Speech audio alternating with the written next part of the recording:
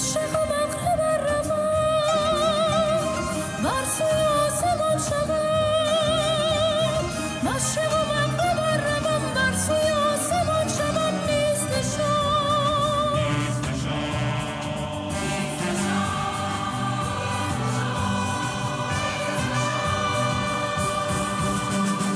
مشرق و مغرب روم بر سوی آسمان شوم مشرق و مغرب روم بر سوی آسمان شوم نیست شام